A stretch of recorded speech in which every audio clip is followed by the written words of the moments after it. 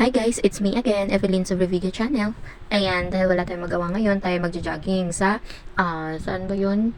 Sa Summit or sa barangay, anong side ba yun? San Rafael. Yan paakyat, sobrang layo po pala yung dinaanan namin dyan or duman pa kami sa sa matarik na daan. Pero from the start dyan, kalsada pa, nadaanan namin sa Minto, and then may kalsada pa, yung pataas na parang wala na halos na, halos lupa na lang po siya paakyat sa taas. So, although mahirap, pero masarap sa feeling na lumabas yung pawis mo habang umaakyat ka or nagha-hike ka sa taas. Actually, matagal na namin yung plano na mag-hiking sa Parawagan, na yung Parawagan pala yung pangalan. Pero, alam mo na uudlot kapag nasa plano. Pero kapag on the spot naman, natutuloy siya. So, ayan, nandiyan na kami sa mga kalagitnaan or half pa lang ng naaakyat namin. Pero kahit pa pala, grabe, ang hirap ng daanan kasi matarik siya, paakyat sa taas. Pero talagang minsan sinasabi ko na parang gusto ko nang umuwi, gusto ko nang sumuko. Pero kapag nandyan ka na po, kailangan pong ituloy kasi sayang yung Ay lang yung oras mo pupunta dyan tapos uuwi ka lang agad. So, kailangan mo talagang i-meet or i-hit yung pinaka-goal mo na nasa tuktok ng bukid ka na. So, diba? So, may dala-dala kaming tubig dyan pero naubusan din po kami pagdating sa taas. Pero kahit pa paano, nandun na po kami sa taas. Ayan, buti kinaya ng mga motor yan. Actually, hindi ko nga alam kung paano po nila inakyat yung motor. Kasi sabi ko, hindi ko ma-imagine kasi sobrang taas. Tapos biglang nandun yung motor sa taas. Sabi ko, ala, grabe, ang galing naman. Ayan, medyo napatigil ako dyan kasi hiningal ako. Ayan. So, usually wala talagang kasada pa po dyan, pero parang ongoing pa lang po, parang ginagawa po nila or kinakonstruct po nila yan para malagyan na po, para at least maging tourist spot na rin yung Parawagan, din na siya mahirap akyatin, lalong-lalo na yung mga may sasakyan, ganun. Actually, pwede naman umakyat sa taas kapag mayroon kang sasakyan na malalaki yung tire, para at least, or katulad yun, like sa mga car na matataas, pwedeng umakyat sila doon. And ayan, nakita niyo dyan, may mga baon kaming dala kasi baka gutumin kami sa taas. Yun yung mga bakat ng mga tire ng mga sasakyan. So, yun po dapat nadalhin nyo dyan kasi hindi pwede yung pang syudad kasi hindi yan kayang akyatin yung taas ng Parawagan.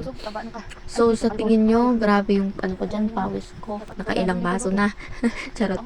Pero actually, sarap sa feeling na nakakakyat. First time ko po umakyat or nag-hike sa isang mataas na lugar.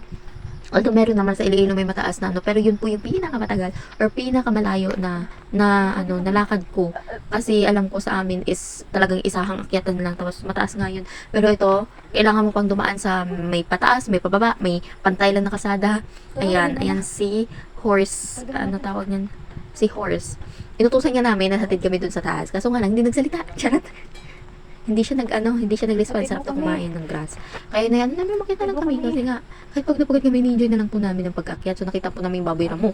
Yung na kung saan, sinasabi ko dyan na nakatikim daw ako ng baboy, pero hindi ko nalala kung kailan yun. At dyan na kami sa, malapit na, sa Parawagan, pero, kinakaya. Pagod na rin videographer ko dyan.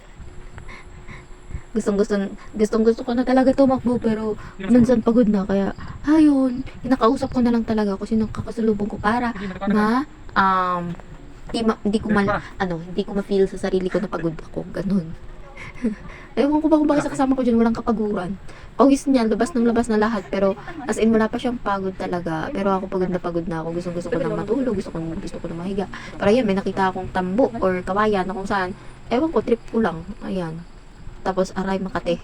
Ang kati sa kati sa balat kapag nahawakan mo yung balat niya. Talagang makulit ako eh. Sobrang kulit. Nagdadala pa ng kawayan. And ayun, tingnan ang unggoy, nagulat ako. May unggoy pala. Oh my gosh. Second time ko nakita yung unggoy nun sa kawayan. Sabi ko ayoko na. Parang sabi ko nakakatakot bigla ako parang sabi ko na picture na ba?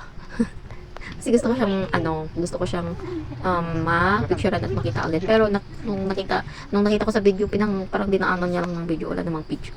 Dito sa kabila. At yun, medyo malapit na rin. Actually, sinabi sa kanya, malapit na ba tayo? Sabi niya, malapit na. Pero, hindi wala pa kami sa kalagitnaan. Mga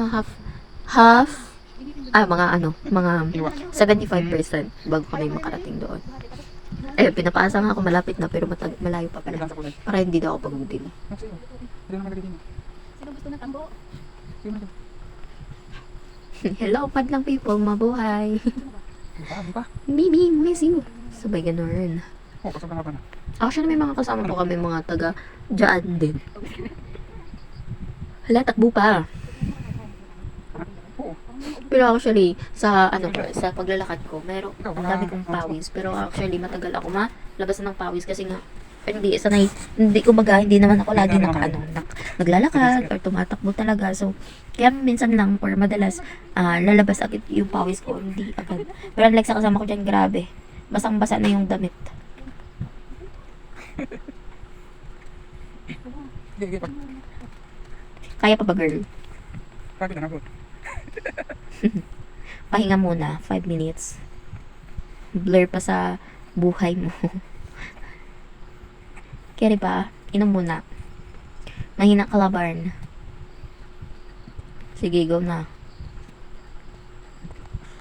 Actually, yung check ako guys, kasi plan ko, kasi magte-take na ako ng board exam.